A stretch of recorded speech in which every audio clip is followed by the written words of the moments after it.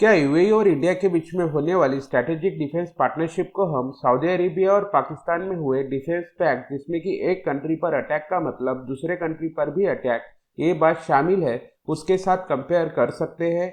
आइए इसे समझने की कोशिश करते हैं। दोस्तों, यूएई के प्रेसिडेंट रिसेंटली इंडिया विजिट पर आए थे। उनको रिसीव करने के लिए प्राइम मिनिस्टर खुद एयरपोर्ट पर गए। बाद में दोनों लीडर के बीच में एक हाई लेवल मीटिंग हुई। उस मीटिंग के अंदर कई सारे एग्रीमेंट के ऊपर साइन किए गए, जिसके तहत इंडिया 2028 के बाद आने वाले 10 साल तक यूएई से $3 बिलियन की एलएनजी मतलब कि लिक्विडिफाइड नेचुरल गैस को परचेस करने वाला है, जिससे इंडिया यूएई का second largest liquefied natural gas का बायर बन जाएगा। साथ ही में इंडिया और यूएई ने अपने बीच में होने वाले बायलैटरल ट्रेड को $100 बिलियन से बढ़ाकर 2032 तक $200 बिलियन करने का टारगेट रखा है। लेकिन इन सब एग्रीमेंट के बीच इंडिया और यूएई में स्ट्रैटेजिक डिफेंस पार्टनरशिप को लेकर एक बड़ा एग्रीमेंट भी हुआ है। लेकिन क्या इस एग्रीमेंट को हम सऊदी अरेबिया और पाकिस्तान में हुए डिफेंस पैक्ट के साथ कंपेयर कर सकते हैं?